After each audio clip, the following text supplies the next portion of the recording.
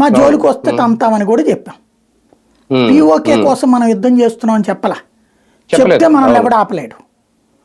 మనం ఆ రూట్లో పోవట్లా ఇప్పుడే. ఎందుకంటే అప్పుడు మనల్ని దాన్ని ఏమంటారు, దౌర్జన్యపూరితంగా ఆలోచిస్తారు. ఇప్పుడు ఈ సెక్షన్లో అది తీసుకొస్తే ప్రజల ప్రాణాల కంటే వీళ్ళకి పిఓకే ముఖ్యమైంది అంటారు. కాబట్టి మనం బాధ్యతాయుతమైనటువంటి పాత్ర పోషించాం అక్కడ. అంటే మన సత్తా ఏంటో చూపించాం కాబట్టి పిఓకే విషయంలో చర్చలకు ఏమన్నా వస్తుందా పాకిస్తాన్? లేదు, పిఓకే పాకిస్తాన్ ఓడిపోయానని ఒప్పుకోదు, ఇంకా అది పిఓకే మీద చర్చలకు ఎందుకు వస్తుంది, అదే ఉండదు.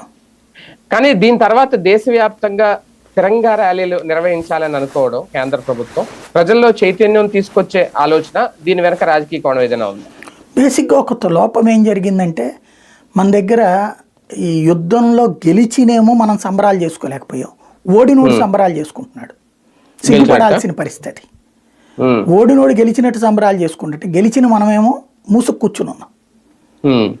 ఆ కోణంలో అధికార పక్షం కాబట్టి విజయోత్సవ ర్యాలీలు చేయమని చెప్తోంది అనమాట. వాస్తవంగా క్రికెట్ మ్యాచ్లో గెలిస్తే సంబరాలు చేసుకున్న మనం వరల్డ్ కప్, భారత్ పాకిస్తాన్ని నా 2 రోజుల్లో నిలబెడితే సంబరాలు చేసుకోలేకపోయామంటే సిగ్గుపడాలి మనం. ఈ మీడియా, సోషల్ మీడియా ఇన్ఫ్లుయెన్స్ లో పడిపోయి ఆ దిక్కుమాలిన చర్చల్లోకి వెళ్ళిపోయి మనం అసలు సంతోషాన్ని ఎంజాయ్ చేయలేకపోయాం. అంటే మధ్యలో కొంతమంది పక్కదారి పట్టించే ప్రయత్నం కూడా చేశారేమో అని దీన్ని, అందుకే చేసుకోలేకపోయాం. అదే అనేది, అంటే వాడెవడో పక్కదారి పట్టిస్తూ నువ్వు పక్కదారి పట్టే గడికి నీ దగ్గర విలువేముంది? అంటే మన వాళ్ళే కొంతమంది అన్న అత్యుత్సాహం ప్రదర్శించారనిపించిందా?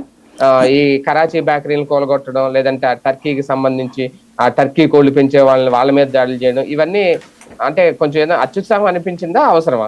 అసలు అయ్యి కాదు, దానికి దీనికి ఏం సంబంధం లేదు.